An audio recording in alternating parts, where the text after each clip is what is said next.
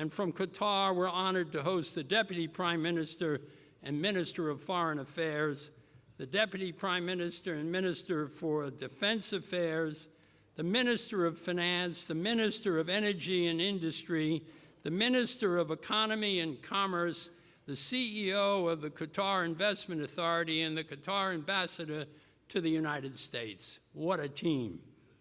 All of us are here this evening because we care deeply about strengthening the economic and trade relationship between our two countries.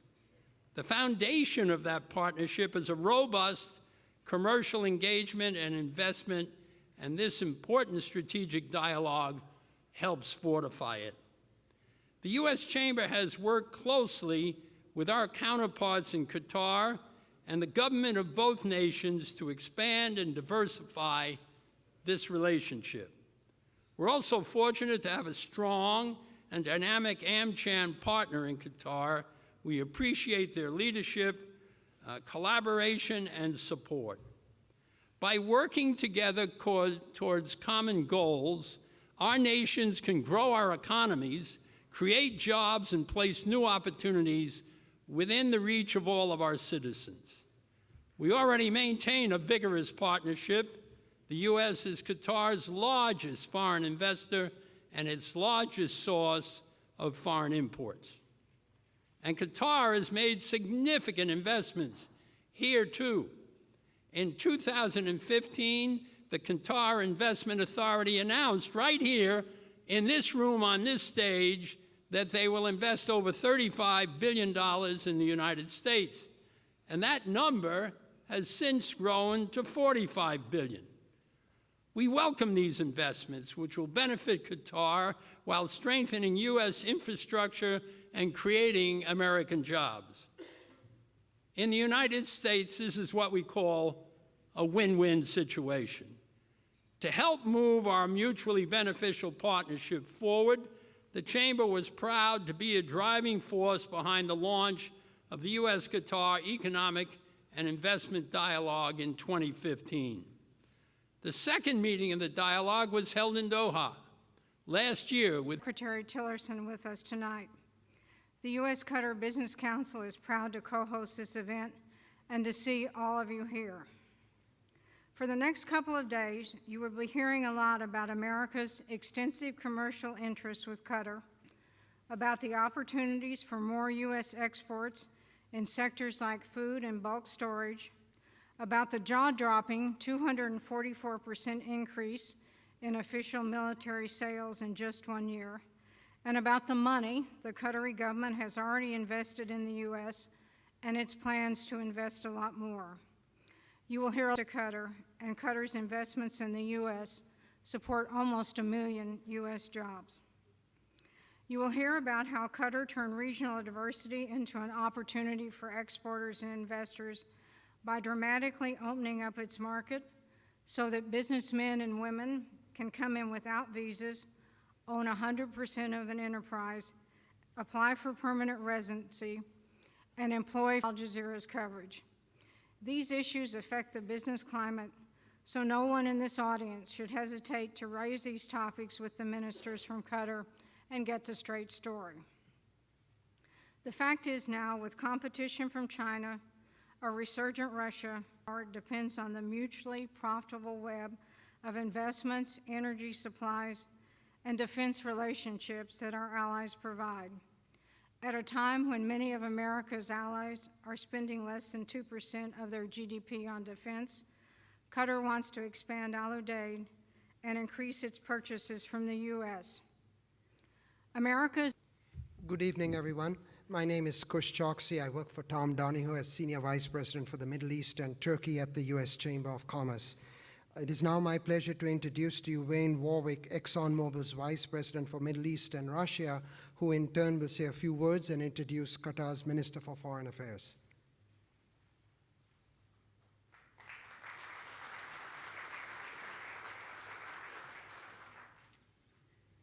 Thank you, and distinguished guests. On behalf of ExxonMobil, I'm extremely pleased to welcome you all here tonight to this reception in honour of our distinguished delegates from the state of Qatar. I'd like to extend my gratitude to the Embassy of Qatar, the US Chamber of Commerce, and the US Qatar Business Council for providing us with this opportunity to help make this event such a success. The state of Qatar is a strategic partner of the United States, and the US business community is proud to be a key component of that special relationship.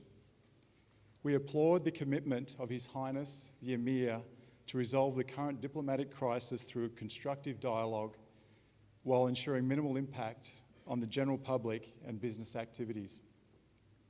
We continue to hope for a rapid resolution of this situation and return the regional stability that can benefit all the people from the Gulf.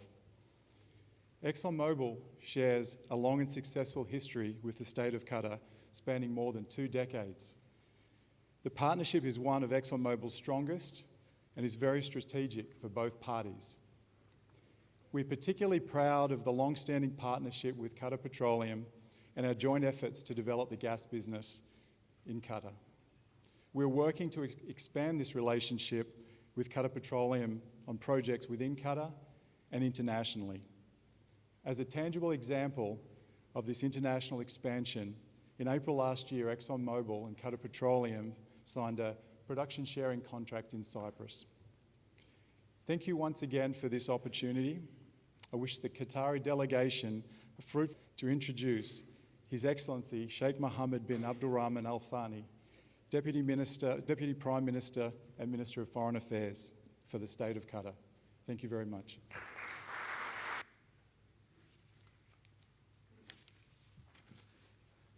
Good evening, ladies and gentlemen. First of all, I would like to thank the U.S. Chamber of Commerce and Qatar U.S.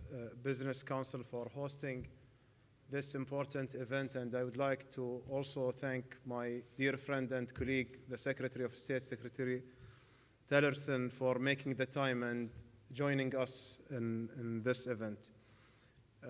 This year, actually, we are celebrating the 45th anniversary of this partnership we created between Qatar and the United States of America.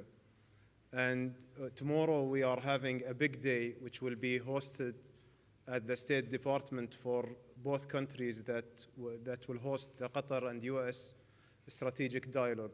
This strategic dialogue will take place for the first time, and it's the first round, and we are looking forward for the talks we are going to have with our counterparts, the Secretary of State and the Secretary of Defense and the rest of the cabinet members who are going to attend.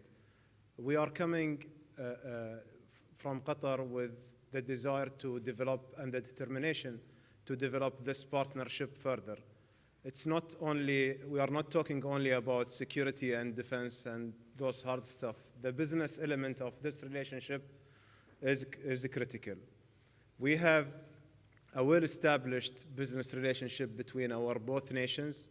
There are hundreds of American companies who are investing in Qatar, and I'm sure some of them among us today and the others are looking for opportunities there, which we are welcoming.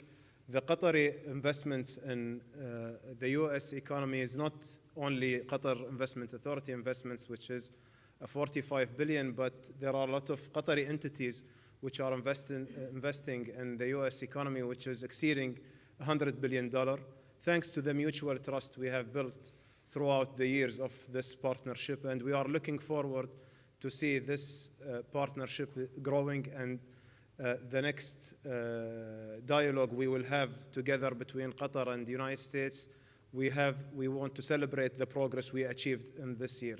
And thank you. I would like to thank everybody for attending this event, and I would like to thank you, Mr. Tom, for hosting this, and Ambassador Ann for having these kind words. Thank you very much. At tomorrow's dialogue, we encourage you all to find a common ground and new opportunities to strengthen this important relationship. And once again, to thank you for your leadership and for sharing some of your time with us this evening. Ladies and gentlemen, please join me in welcoming Secretary of State Rex Tillerson. Well, thank you, Tom. Tom's been a long time friend of mine, great supporter of American business, throughout the world, and always the first to put his hand up to bring U.S. business leaders in contact with government officials and also foreign business leaders as well. So Tom, thank you for all your many years of service to the U.S. business community here at the Chamber. And again, thank you for hosting this event tonight as well. I do want to express my appreciation to His Excellency Foreign Minister Al-Thani, who's become a very close and dear partner of mine as we deal with a number of issues regionally of mutual interest, whether they be security issues, but also economic issues, and certainly among our most important is our counterterrorism efforts to defeat ISIS, Daesh in the region, but also to defeat more broadly terrorism in the region and around the world. Also want to welcome his delegation. We'll have a full day tomorrow. I promise you everybody's going to be very busy, and I look forward to kicking the session off in the morning in a joint session that Secretary Mattis, Secretary of Defense, and myself will be co-hosting, but there will be a number of important engagements tomorrow throughout the day that will really broaden this strategic relationship. This is the inaugural U.S.-Qatar strategic dialogue. It's something that we will now put in place, an annual process where we'll be home and home, as they say. We'll host it this year, and the next year that will be carried out in Doha.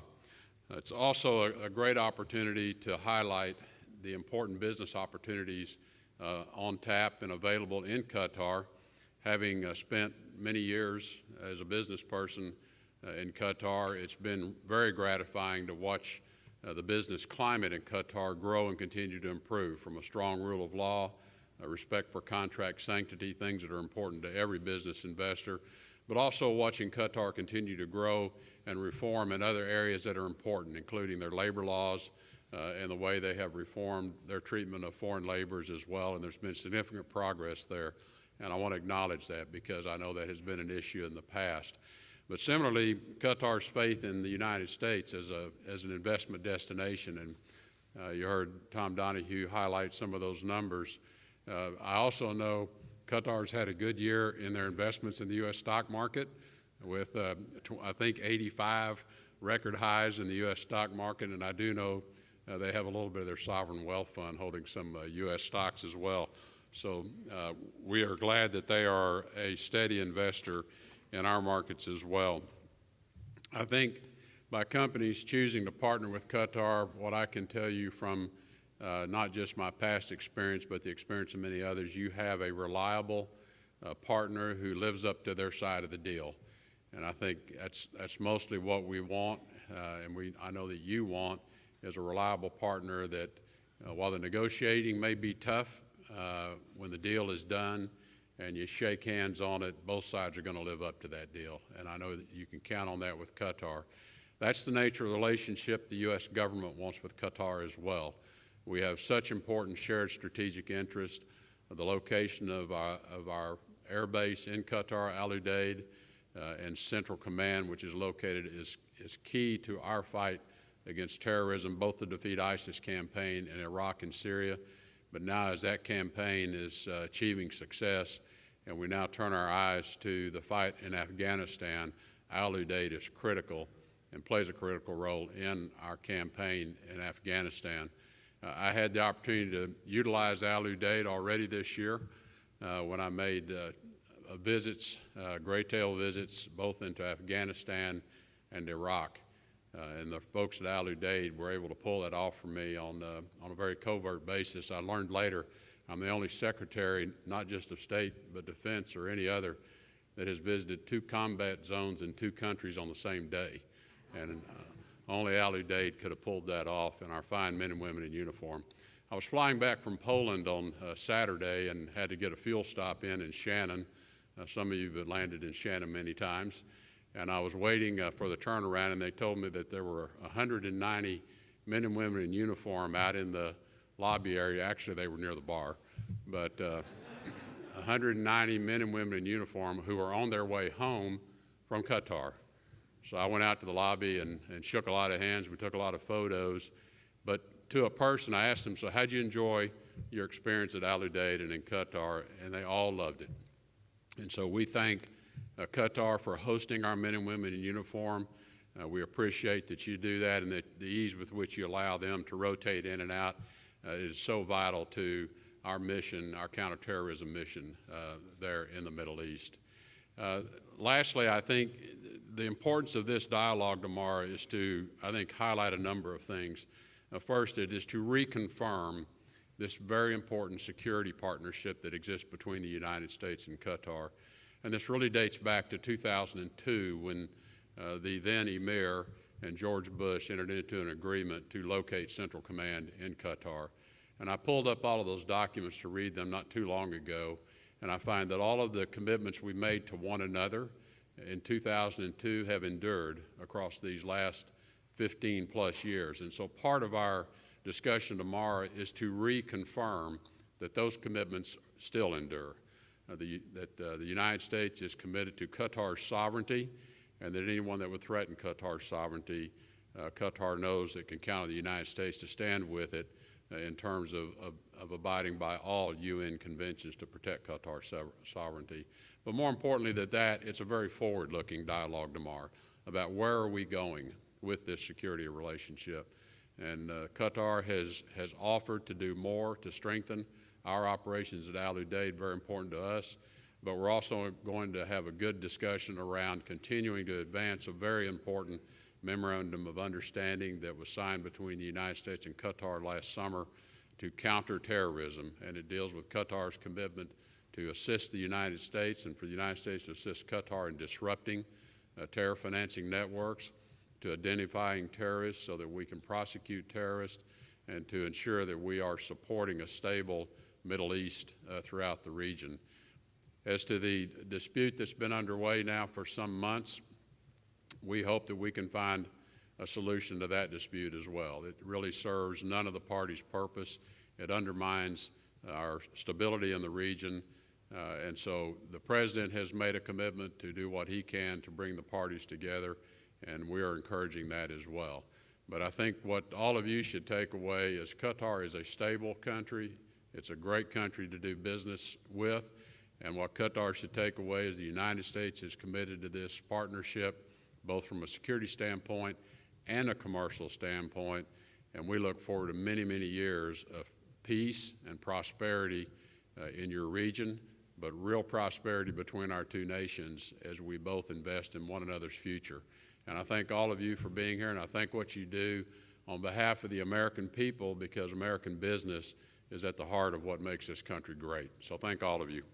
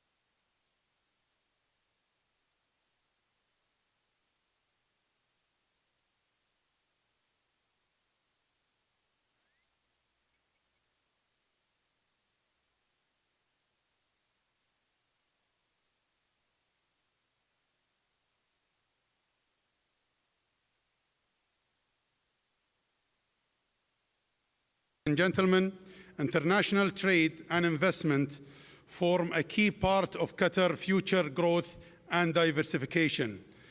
And the U.S. is one of Qatar's most valuable global partners, in favor to the U.S. by $5 billion.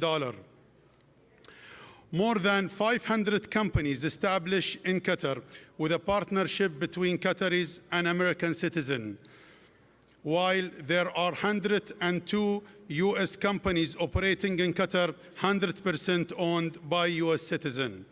20 companies working in the field of gas and petroleum, and there are 40 U.S. companies operating in Qatar Financial Center. Qatar has been increasing its investment in the United States over many years, creating thousands of jobs across America. These include partnership with numerous American companies such as ExxonMobil, ConocoPhillips, and Raytheon. 5,000 private sector Americans currently work in Qatar, and millions other American jobs depend on business with Qatar. Qatar Investment Authority pledged to invest $35 billion for the period between 2015 and 2020, and additional $10 billion for infrastructure sector. The investment program is moving along this target. Qatar Airways alone will provide a $92 billion boost to the U.S. economy through a purchase of around 332 American aircraft, a deal that supports more than 527,000 jobs.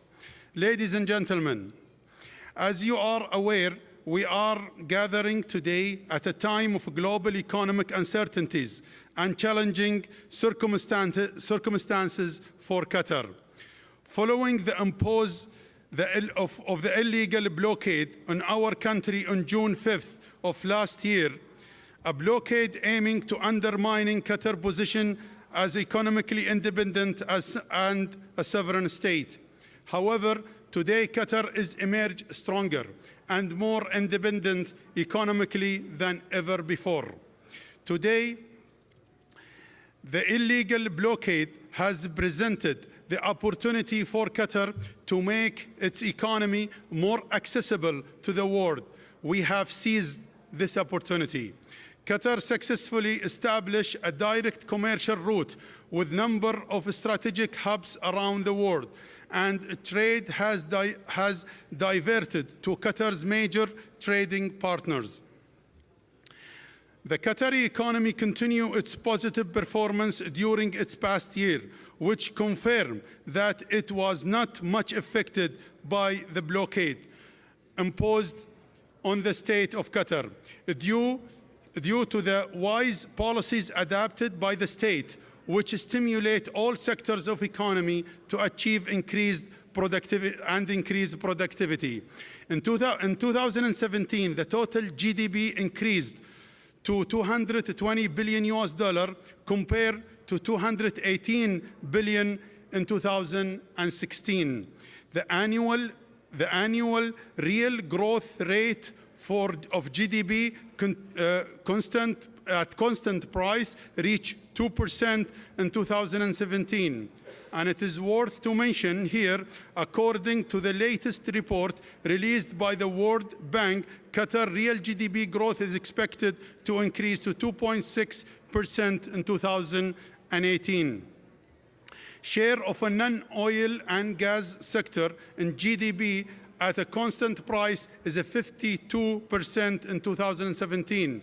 Qatar foreign trade has increased by 16% in 2017, reached $103 billion compared to $89 billion in 2016.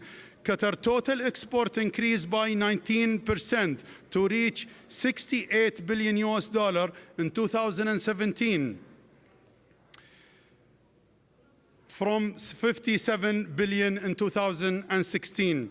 Trade surplus increased by 40% in 2017, reached $35 billion, comparing to $25 billion in 2016.